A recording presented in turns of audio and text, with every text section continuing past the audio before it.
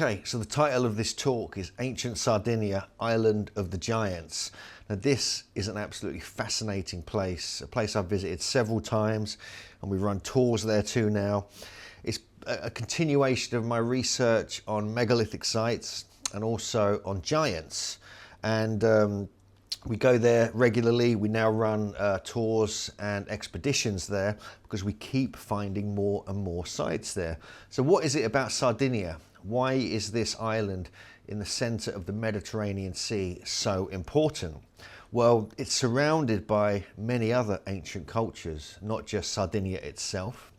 It's associated very much with giants. This is one of the things which it's renowned for, really. There was even an Ancient Aliens episode devoted to this subject.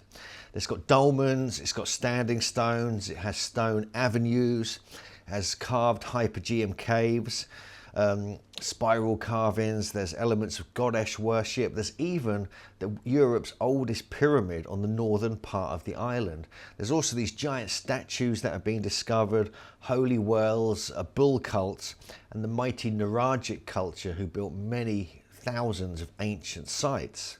And we'll have a look at the prehistory, the historical timeline, and the relevance of this in the megalithic world.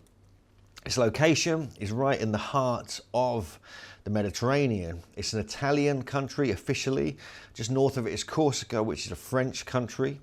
And some people believe this is the ancient land of Atlantis, but it's traditionally known as the Island of the Giants. But before we get into giant stories and discoveries, there's an interesting element to the historical timeline here, because in the Odyssey by Homer it states that when the hero encounters some of his foes, they're a giant race of cannibals, and it's at the foot, I quote, of the sheer cliffs on either side. Now this could have been the entrance to the Lady of Bonifacio, which is in between Sardinia and Corsica. As it narrows, a windy and treacherous area is encountered, and there's only 7 miles between the islands, so the description fits perfectly with the Odyssey and stories that were written down many thousands of years ago.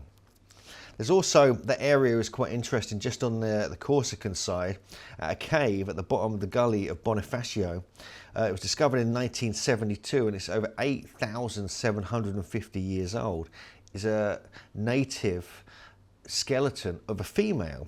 And then the thing about this, which makes it particularly interesting, is that it was found with grave goods, it was painted with red ochre, and of course it's the oldest human skeleton found anywhere in this part of the world, suggesting that even the megalithic culture could stretch that far back. Even on Sardinia and the southwestern area, there's been other Mesolithic finds, not full skeletons or burials, but certainly bones and evidence of occupation, going back between 10,000 and 8,200 years. And there are different variations on why this would be. There's because of the Mesolithic connection, they thought there may be connections with ancient Africa, which is just south of there, and some of the shorelines of ancient Europe. It was nicknamed Amsicora, and because this is like an historical character who was part of Sardinian culture, who was against the Romans. But we see the timeline here of some of the different cultures. We're looking at some of the cultures we're going to be looking at as the Azeri, the Bonu Ighinu, obviously the Philagosa, there's the Phoenicians, the Nuraghic, and so on and so forth. But really we're going to be looking from really the Neolithic time, when we're going to be looking at some of the dolmens, some of the hypogeum carved stone tombs, going into the Nuraghic culture, the Bronze Age culture. And there's a good mix here because it's the centre of the Mediterranean. There was obviously a seafaring connection with other ancient peoples. The obsidian culture is interesting here as well. Obsidian is created on the island from the volcanic areas, and this goes back to 6000 BC, the trade of that at least. The goddess worship on the island is very interesting. And this goes way back, to 6000 to 4000 BC, and may be connected with the goddess worship on Malta. And there's even connections between the goddess figurines and how they look very much like Macedonian goddesses. So this is the one on the left there, sorry, the one on the right is the early Neolithic statue, and it's known as the Venus of Macoma, and this dates to 6000 BC.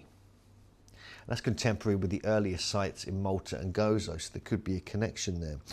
The Bonu Ighinu culture is 4000 to 3500 BC. This is mainly in the Sassari area up north, where the islanders learned to domesticate animals, cultivate wheat, and build simple shelters. They were buried, the dead were buried in caves found all over Sardinia, known as Domus di janas, or fairy houses, or fairy accommodation. Very interesting sites. We'll look at some of those as we go through. The Azeri culture, or the San Michel culture, they're sometimes called, is about 3200 to 2800 BC, the Neolithic culture. And they're like, basically they worked with stone in a certain way. They were involved in some of the hypogeums and some of the dolmens and some of the other sites that we're going to look at. But they lasted for quite a long time in Sardinia. And they were known to be trading obsidian, doing these beautiful carvings and paintings with these sort of goddess, stylized goddess figurines. And they were the beginning really of the bull cult, which dominated this part of the world. And you can see one of the skulls here from this culture showing evidence of trepanning, which is an ancient medical procedure by cutting holes in the skull, and the patients would survive. This is found at Sonorbi. This is a Mediterranean mother goddess, and this is very similar to ones again we find in Malta, but it's very stylized, a very unique style we find in this part of the world. And you may recognize, and see similarities between this and other areas as we go through here. We also find these spiral carvings, which were very dominant in Sardinia, but also on Malta and Gozo. And these are from Corsica. This one's from Corsica. This one here is from Corsica, and some are from Sardinia. And it's thought that these are what are called, I forget what they're called. They're called Baetyls, or they're kind of reliefs of humans, but they're also sacred stones marking a particularly sacred spot. There's also the Abalzu Filigosa culture, which is 2700 2200 BC, and these have strange carvings of what looks like upside down abstract forms of humans flying downwards into the earth head first. So these are at various sites, especially at a place called Laconi, which we visit when we go there regularly and on our tours. He just shows you some of the examples that are in the museum at Laconi. And you see these beautiful stylized carvings of humans do look not dissimilar to what we see at places like Göbekli Tepe in southeast Turkey. We also have this kind of weapon type thing at the bottom here, which could represent warfare. It could mean something else completely different. Corsica is very interesting. We're not really going to have too much of a look at Corsica, but you do find stone avenues and these humanoid statues similar to what we see at Laconi. And there's groups of them. Sometimes there's like 260 stones in one series of avenues. And some of them go back to 5000 BC. They're very, very ancient. It's just some information about the different types of sites we get on the island. But there are a lot of dolmens in Sardinia, and you can see a trail of dolmens in the northern part of Sardinia. This is probably the most famous one, Coveccada Dolmen, and it's very interesting because it's the beginning of the stylized giant's tomb, as we're going to look at soon, which are really the dominant structure in ancient Sardinia. And this is a classic dolmen. It's like 2.7 meters or 6 or so feet high. It's got grey and pink trachyte. It's like the stones have been very carefully cut if you look at the interior, and it goes further behind as well. There's some more rough-hewn dolmens. This is Laku, and some Monumentos dolmen. And you can see these are different variations. Some go up to like 1300 BC. We also have standing stones all over the country. We find these almost everywhere. This is just a little flyby of some of the stones we spotted on our trip there back in 2016. And incidentally, when we were actually looking at these stones, we actually had quite, you start to see these clouds in the back forming certain shapes. Well, eventually they formed this shape, which I thought was quite interesting, like a bunch of UFOs flying around. But we do find beautiful spiral carvings on some of the stones. These are concentric circles and spirals. This is actually in someone's back garden, but luckily they weren't at home when we visited them. And so we just went around the back and had a good look. And this is one of the more famous stones in central Sardinia.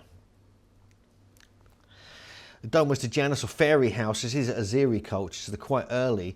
Some remarkable carvings. This is usually what the entrance looks like. It sort of goes into the ground, but there are some remarkable remarkable ones. This is actually, you can't get in this one, and I thank Antonella Porcu from Stone Pages for these photos. And these date back to over 3000 BC, and you can see these this is carved out of solid rock with beautiful red ochre, and it's even got checkerboard stylized paintings on them, spirals, and it's divided up for the different burials. Classic spirals, much like we find in Malta and Gozo in the hypogeums there. And almost like fake wooden planked roofs we find that are carved in the style of what probably the houses would have looked like. We also find these bull figurines, which is like reminiscent of this bull cult. This is Anjalaruhu. And again, this is also connected to the mother goddess cult as well, which is evident in this area. And you even find bull carvings, 3D relief, huge ones on top of various of these fairy houses or hypogeums. This would have had a big bull's head on it as well. And at the same site here, we find these sort of steps that go nowhere, much like we find in Peru and Bolivia. And there's even sort of what looks like footprints of animals which have been carved out of the solid bedrock where these fairy houses exist. You can just see how intricate these are. They're really, really stunning, and there's a real power when you go inside and experience these. Now, this is very similar to Etruscan stonework in Italy, or it could be Pelasgian, who are an earlier megalithic culture, but we find the same kind of things, sort of fake beams and pillars going across the roofs here. We have these rounded topped entrances here, which we find in Sardinia. And we also find these Etruscan small bronze statues that were found. This one is from Italy, and this one is Italy rather, and this is what we find in Sardinia. This is an interesting site. This is called Crucifixum Manu, and this is another bull cult site with hypogeums. But what's interesting about this place is the fact that it has cart ruts. Now, these have been found all over Malta and in different parts of the world, but we find some incredible examples here that are carved deep in the ground. If you're not sure what cart ruts are, they're like two parallel, grooves carved into the ground, but they follow each other. So it's believed that they were some kind of vehicle that would somehow heat up the stone and create these through the rock. Just to give you a sense of scale here, this is an aerial shot. You can see there, all over here, this whole area, this is probably like 10 acres, maybe 15 acres, has cart ruts all down the side here, all here. So this is absolutely incredible, and the fact that we find these in various parts of the world does open up a lot of questions that have yet to be answered as to who created them and why they were created. This is Salix. This is the Domus de Janas in the northern part of the island, but not too far from there is near the cart ruts and near Salix is this. Now this is unique in the whole of Europe, really in the whole of the world. This is Monte de Acconi Pyramid. It goes back to the earliest phase is actually 4000 BC, but it's recognized as having the major construction between 3650 and 2970 BC. Now, if this is the case, and this makes this potentially the oldest pyramid in the world, it's certainly as old as the Corral pyramids in Peru, which are thought to be the oldest.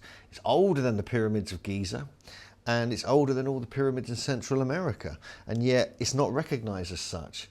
So this is absolutely incredible. It's near Sassari, near the town of Porto Torres.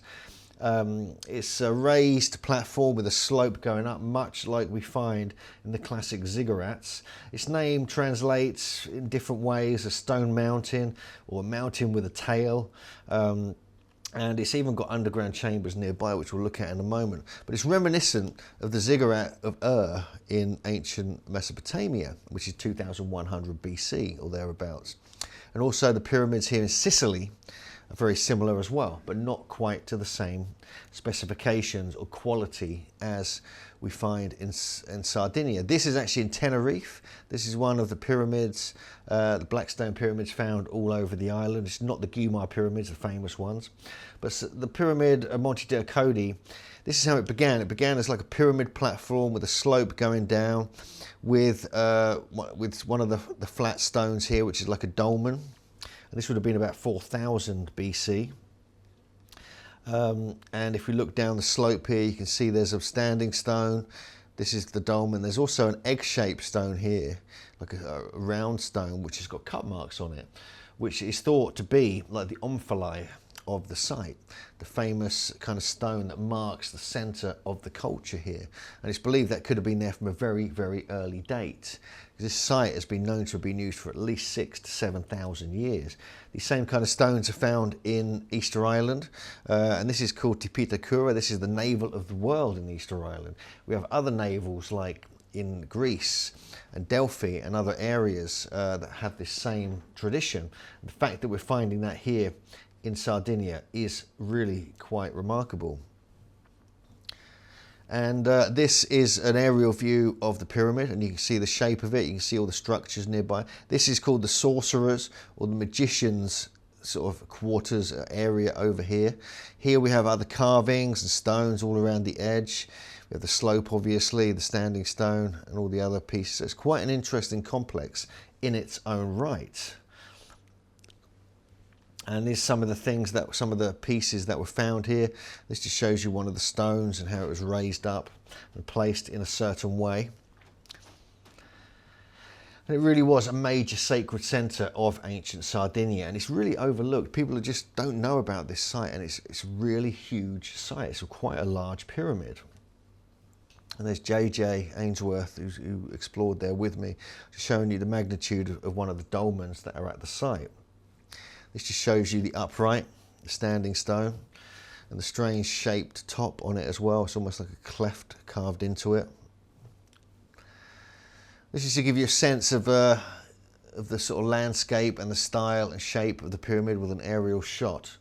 But the different cultures use this pyramid for in different ways, and it seems like, you know, the giants may have been involved with this. This is very near to Porto Torres, where some accounts were recorded. There are huge cyclopean boulders around the edge. It's clearly a megalithic site with very large stones. There's obscure, bizarre carvings around the back of it. We have spiral carvings again, and we have this very strange figure, almost like some weird dancing figure with these lines going around the edge, and it's never been deciphered as to what exactly that means. It's another area around the back, the sorcerers area, apparently it's called. And just to get a sense of it, this is such an important site, I wanted to spend a little bit of time looking at this. Again, this just gives you a sense of scale and size. I mean, it's a pretty big site. I mean, the people at the site were really delighted when I turned up with my drone, and we had a good flyover to get a sense of it. It's very dry at the time we went in September, so all the grass had become like brown grass. It was like kind of dust. But other times you can go in the spring where it's all greenery surrounding the main site. This is one of the hypogeums, very close to the site. And this is actually, you know, you can see these zigzag carvings actually on one of the fake uprights, which kind of holds it together, and these beautifully carved entrances. And this is carved out of solid bedrock. We even have stone circle type complexes in Sardinia. This is Muri near Arzachena. So again, this is very ancient, the same kind of date as the pyramid. This is slightly further east. And you can see these burials, but they're actually in a kind of circular formation. And it's been thought that perhaps these were some very early stone circles that got transformed, with menhirs making up some of the burials. There's also kists or cysts where people were buried. and numerous discoveries have been made here. And yeah, it's a very, very interesting site.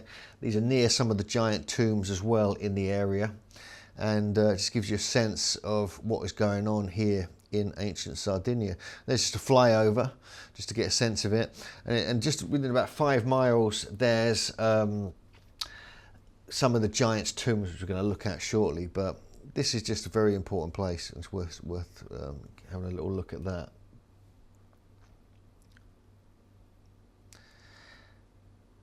But before we look at the actual giants that have been discovered, there's some stone giants that were found in Sardinia, which were one of the most important discoveries ever made in the Mediterranean. The giants of Monte Prama are over 7 foot tall stone sculptures of kind of warriors, but also boxers, and different things that they were doing. It was found by accident in March 1974. These were all broken up and they've been reconstructed over the years. It's on the western coast of Sardinia here, near Cabras. And this is the actual site. We actually went to the site and actually got some drone photography of it. But this area here, up here and here, is the real giants area. This is where actual bones and skeletons have been uncovered. But there were multiple excavations that took place here. It's thought it was the Nuraghe culture, who were like the warrior culture, the Bronze Age culture of ancient Sardinia. This just shows you the area around where it was found, this area here. It's a very interesting site. There's many, look at all these Nuraghe towers. These Nuraghe towers are fascinating. We'll have a look at those in a moment, but over 7,000 of them have been recorded in different parts of the country. This is how it would have been laid out, the site, if you're interested in that, with all these slabs and all the burials of the actual statues were like buried like human beings. It just shows you how they reconstructed it all. But these are, some of the most important discoveries in the country. They have a vague resemblance to C-3PO of Star Wars, as you can see with the face here. And these are the boxers, they're called. Don't know why they're called that. And then we have the wrestlers and the warriors. There's all different names for them.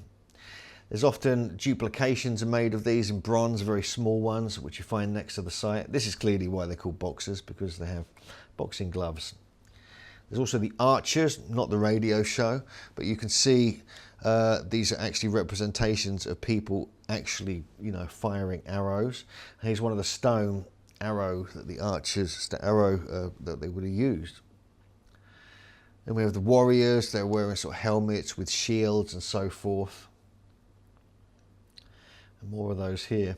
And a reconstruction of what some of them would have looked like, with extremely large horns and capes and shields and other such things.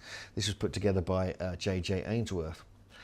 Then there's models of the Nuraghe towers themselves, which is really interesting. So they were modelling and creating, effigies of where they actually lived. You see another one here made of bronze. And another one with beautiful relief carving and zigzag carving and 3D reliefs here, reminiscent of what we find at Göbekli Tepe. Then there's these Baetyls or Baetyls. Now these translate as house of God. This is a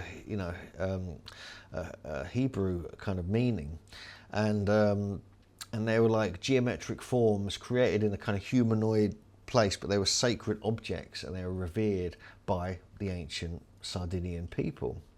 They're truncated cones.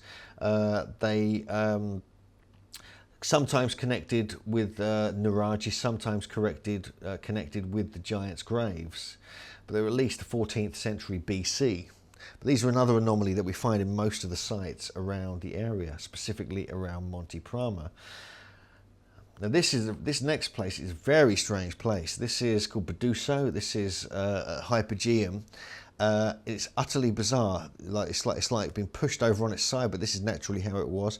You can see there's someone standing inside there. It's like a cube that's been cut out of the centre of this rock. Utterly strange, and no one knows exactly what was going on or why these were even constructed. We're going to be checking this out when we do our trip there in May. Now, Sardinia is in the middle of the giant world here. There's only a couple of accounts here, but since then we've actually got a whole load more.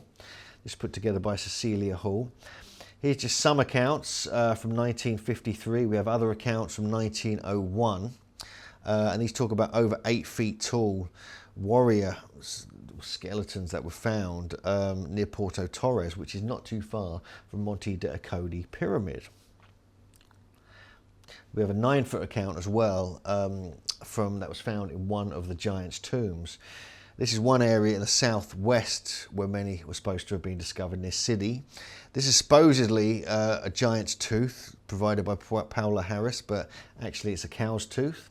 Another tooth was found and it was sent to Cagliari, the capital, and the university there, and it got lost, but again we think it's probably a cow's tooth. There are various accounts we've come across, sort of hearsay accounts just talking about, and this gentleman believes he knows a farmer who found a mass grave of giant skeletons between 4 and 5 meters tall, which is ridiculously big. And then they got covered up again because he didn't want the archaeologists ruining his farm and his field. But these are the kind of stories we came across. There's a whole documentary was created called for the Forbidden History TV show that stars Jamie Theakston and Andrew Goff. He did some research out there. And one of the images they used in the TV show was from Tonino Mura, which shows some giant skulls in the central southwestern part of the island. But various people, such as Marcello Pilastri, is a journalist and author of Time of the Giants, which is in Sardinia. He met the local farmer, who was also the mayor of La Plazas, who found leg bones and skulls as a child of over 2 meter tall skeletons that had perfect teeth, no sign of wear, holes on the right temporal lobe or trepanning, and it was so large that he could actually fit the skull over his head. The femur went down to halfway down his calf from his hip. However, the father destroyed them because he was concerned they would be kind of accursed when he was a boy. Other farmers have discovered massive finger bones and tibia bones and so on and so forth, including this gentleman, Igino Argiolas, who's a woodworker in Tarabla. He found 3 huge skeletons in 1950. He informed a local Jesuit priest, and they came along in 2 black vehicles and dug up the whole lot and removed them, and they disappeared. This is something that keeps happening apparently in Sardinia. These are quite interesting. These were found not too far from Monte Prama in a place called Cebras. These are some tablets that were found dating to the Bronze Age. And clearly on them, when translated from Phoenician, they spell out the word giants or giangallo. And Luigi Sanna decoded them and found, believes they're from 3,000 years ago, and they were honouring the great giant kings who used to live in this part of the world. On the tablets, they were called Shardana, and we know that that's probably where the name Sardinia came from. And there's stories and legends about these Shardana warriors, who some people connect with the biblical Nephilim when they were driven out of the Bible lands. They may have spread out and could have turned up as the mysterious ancient sea kings to come over to Sardinia. It's known that Ramesses II hired some of these Shardana to fight his battles for him. This was further developed by Stephen Quayle and Timothy Alberino. They made a documentary looking at these kind of accounts, talking about skulls and jaws and other things and how they got disappeared and destroyed, even claiming that some people had witnessed giant skeletons and burials on the island in various parts of the last 100 or so years. But the thing about giants, why the legends are so strong there, as well as finding actual bones and skeletons, these are how many giants' tombs, they're called, are found all over Sardinia. Over 300 of these are still partly in existence, some badly damaged, hundreds more probably existed, and this is generally what they look like. This is from Tamuli, but they would have had a curved forecourt, a tablet-shaped entrance stone with a rounded, even though that's square, it should be rounded entrance into the tomb itself, and with a kind of cyclopean and large stones going over the top to create this very interesting shaped site. This is just one example, one style they use. This is down in the south, Sodomi Orku. We went here, got some drone shots of this, but you can see the curved forecourt here and the shape at the back. But if you actually look at it from above, if you turn it round, it looks like a bull's head. So we're getting representations of the bull cult in the actual shape of these giants' tombs. That's the interior of this particular tomb. So you can see it's pretty high. It's like 10 to 15 feet high at places. And this is dated to around 1500 BC, as most of them are. They have massive basalt blocks. Some are very finely carved. And they're mainly on this one's on a southeast axis, but some of them are southwest. Most of them are kind of east. They face roughly east as a rule. One of them does face north as well. There's JJ just climbing in through one side here, and you can see the massive blocks that make up the entrance to this giant's tomb. Has niches in it down the side, like you can see, like we find in places like West Kennet Long Barrow and some of the long barrows of ancient Britain. And that's one of that's the entrance at the back there, and then this is the little niche which we find in some of these giants' tombs. Very interesting site, this one. Very mysterious. It's up on a very high plateau. These are the outer walls made up of cyclopean blocks. And here's another giant's tomb, and obviously someone got a bit carried away with their gun and tried to destroy the sign. But this is just another one with a tablet stone called Imbatigi, south of Barore. And again, the shape of these and style of these, no one really knows exactly what that's all about, but this is what they would have looked like. They're very stylized, almost like a footprint made of stone.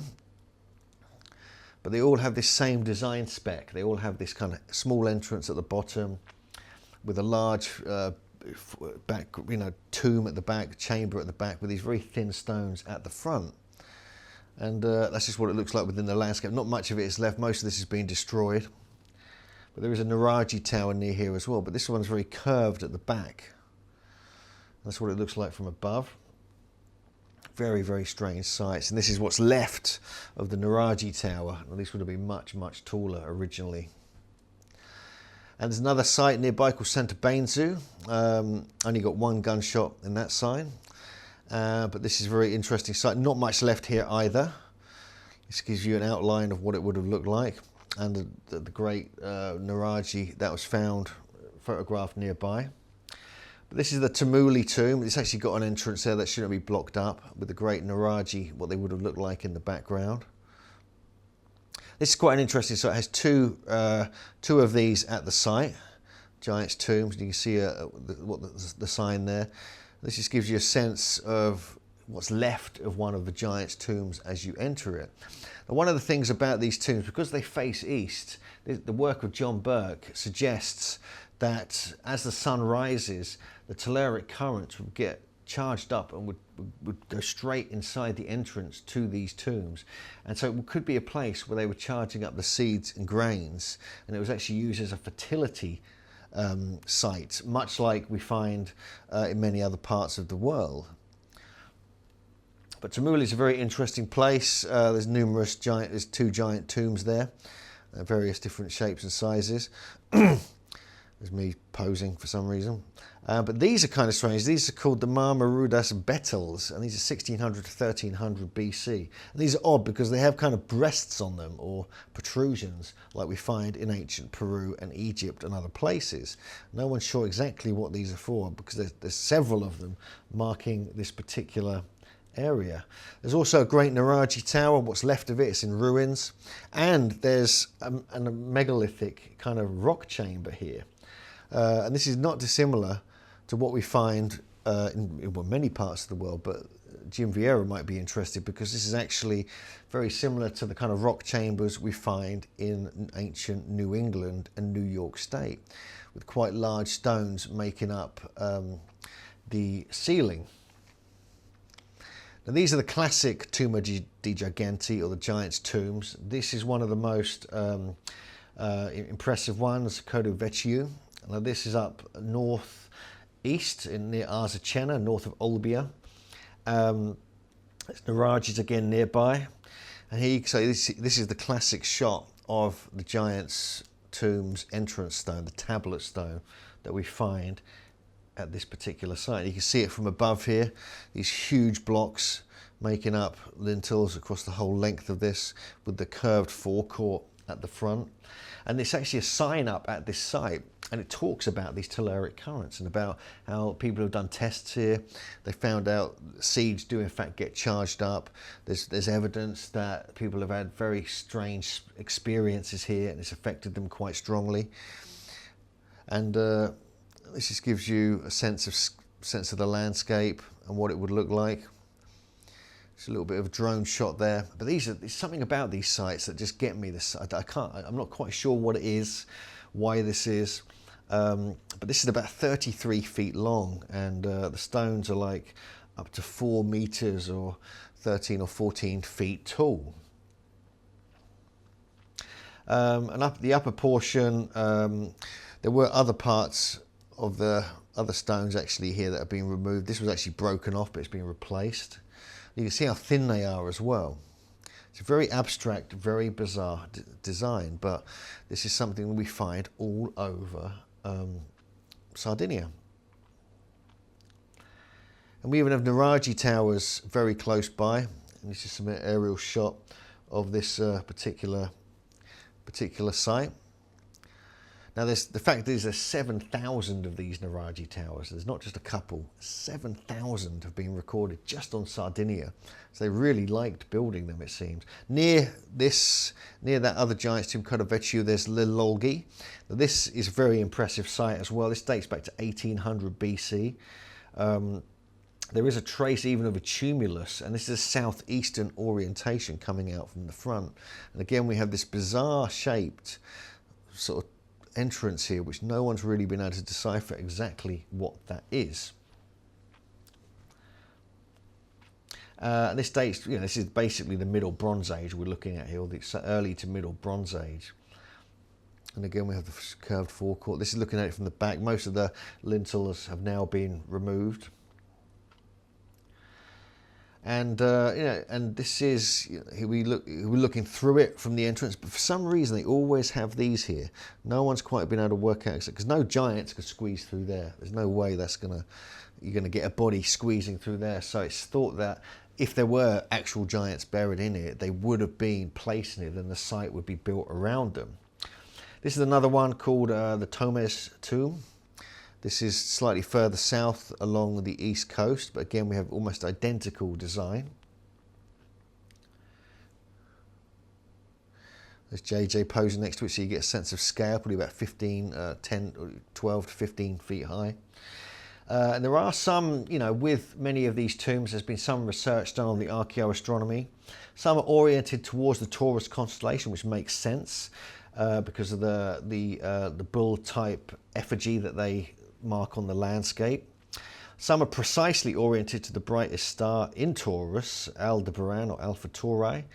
This is the case most certainly of this tomb here and a couple of others, but some people have even suggested that the whole shape of these particular sites could have phallic symbolism and female symbolism in the same site. We have the upright stone with the phallic symbolism, then we have the open forecourts with the legs open for the female symbolism.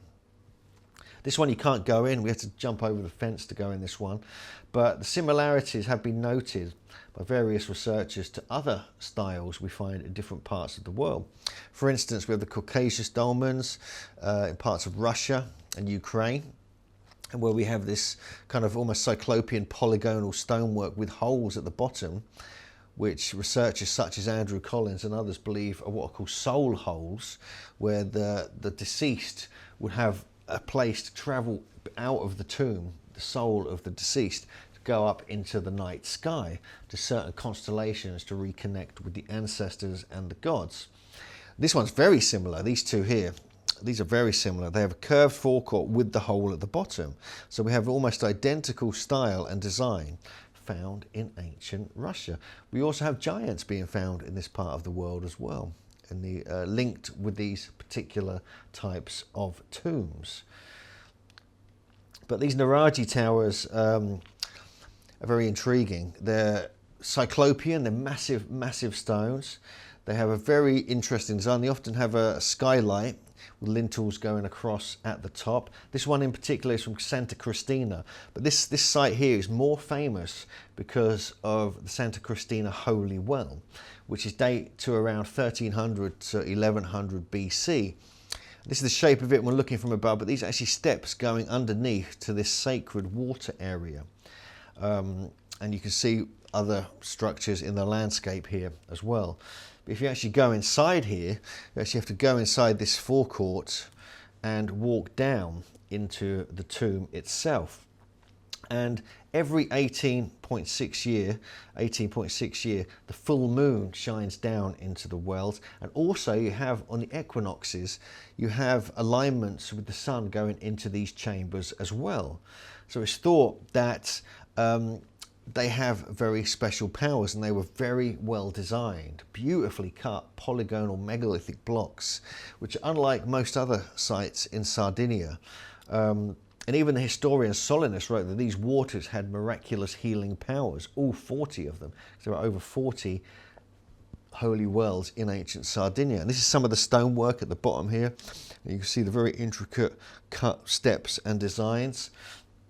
It's a very, very interesting site. This is the top entrance where the sun shines through at midday at certain times of year and would like charge up and light up the water. This is what it looks like when you're looking out from it. So you have this kind of trapezoid shape. But there are other holy wells all over Sardinia, and again they have this sort of walls that come inwards at the top with almost like steps on the ceiling, as well as the ones you walk down. So they're incredibly sophisticated. And people have analysed these from an ancient technology viewpoint and compared them with some of the most sophisticated sites in Peru and in Egypt. We get to visit many of these sites on the trips we take there. Some of the obscure, bizarre designs, but you have to kind of question why go to such trouble? Why make them so perfect? And it seems like the geometry and the location and also the way the sun and the moon would affect it gave them these special properties that were written about by these early chroniclers. And we have more Nuraghe towers. I mean, this is just the tip of the iceberg, really. These are just the ones that are on the megalithic Earth Google overlay. There's actually thousands more than this. But these are pretty much the ones you can visit. I mean, some are absolutely huge. This is called Baramuni Sunuraxi. This dates back to a very early time, to the earliest giants' graves. It was in use for over 500 years, built with blocks of basalt, with massive chambers. It began in the Bronze Age. It was used up until the Iron Age. And you can just get a sense of the scale here when you look at these cars and this building here. Absolutely huge. And this would have gone much, much taller. It would have had point. It's almost like a castle. It's almost like a British castle with all these different chambers and wells and other such things around the area. This is Baramuni Sunuraxi. This is one of the ones we visit on the tour. And actually, if you get inside it, it does get more remarkable. And you can see it's almost polygonal blocks, but they're more rough-hewn cyclopean blocks compared to what we find, say, in Italy, where they're much more precisely carved. There's just a layout of the site here, so you get a sense of the craziness of this all. And even nearby, there's a very interesting conical-shaped hill, which could be man-made. Some people claim it's like Silbury Hill or even a pyramid. And this is just literally just down the road from that particular Nuraghe tower. This is Nuraghe Losa. It's had several excavations done over the years. It's got some very interesting geometry within it as well, which we look at when we go there. And you can see the quite unusual shape of it as well. So this is the sort of the hidden geometry within the Nuraghe. And the interior is also very interesting. It doesn't look too big here, but when you actually get inside it, it really is quite massive. You can see that here. You can see massive cyclopean blocks making up the interior. This is what it looks like directly from above. And this is what it looks like if you fly around it with the drone. And there's been a lot of research done on this, and still the real purpose of this hasn't haven't really been understood, because you've got 7,000 of them scattered around the whole country. They're not really defensive, because there wasn't, you know, why would you need 7,000 of them? They seem to have some ceremonial purpose. We know that people didn't live directly in the main towers. They may have lived around the area and some of the other constructions nearby. But their purpose is still unclear, and they seems like they were marking a certain spot. And some people have even suggested they could be seen if you stand on one of the Nuraghes, if they were in their full glory and splendor as they were originally built. If you stood on one of them, you'd be able to light a flame or a fire on top of it. Then the next one could be lit, and all 7,000 could be lit up, and you'd be able to have a communication around the entire country from the tops of these Nuraghe towers. So there could have been a communication device. There could have even been an energetic device, because it's known that some of them do have magnetic properties and were built upon magnetic anomalies. And so there's a lot of different ideas about this. But you know, one of the things that a lot of people have questioned is the bottom half of the island here is kind of covered in dirt and rubble, and some of the sites have been destroyed. And it seems like a tidal wave might have actually destroyed the Nuraghic civilization. And so people have, because of that, this got in all the newspapers about a decade ago. So Sardinia might be seen as Plato's Atlantis. And even Greek philosophers placed Atlantis as beyond the Pillars of Hercules. Well, that doesn't quite make sense. But the Pillars of Hercules, they believed, were between Sicily and Tunisia. They think this was the original Pillars of Hercules, and this is just beyond it. So this could have been Atlantis. And you can see on this map here how much more landmass there is. So it would have gone all the way around here. So there could be many, many other sites. It would have been connected to Corsica as well, around the ancient land of Sardinia. Even it's said that Herodotus and Aristotle shared this view that these were the original Pillars of Hercules, which could have gone further out into the ocean. Interestingly, just on this part of Sardinia, just below the sea here, sorry, on Sicily, a huge monolith, massive, something like 40 or 50 foot tall monolith has been found under the water, which could have been one of these Pillars of Hercules. But anyway, this is just an idea, but the fact is this has been affected by some kind of flooding on the southern part of the island. And it does seem, you know, there's been quotes saying it's like a Pompeii submerged by mud. And there's been many different cataclysmic effects on this part of the island. So whether it's ancient Atlantis or whether it's just one of the many fascinating areas we find all around this part of the Mediterranean, most of this area is megalithic. If you look around here, we have the beautiful polygonal wall sites built by the Pelasgians, who may have been the early Sardinians. We have enough Sicily, we have pyramids down here on Sicily. We have, even in the south of France here, we have Montpellier, we have the Castle Noman, where giants were known to exist. All around here in Majorca and Menorca, on the Balearic Islands, we have megalithic T-shaped pillars. On the northern coast here of Africa, we have the Libyan trilithons, and even in Tunisia as well, all this area here. And so we've got Malta and Gozo here. So this whole area does seem to be extremely rich in megalithomania. And if you get a chance, it's really worth taking a look and exploring ancient Sardinia. So thank you very much for listening.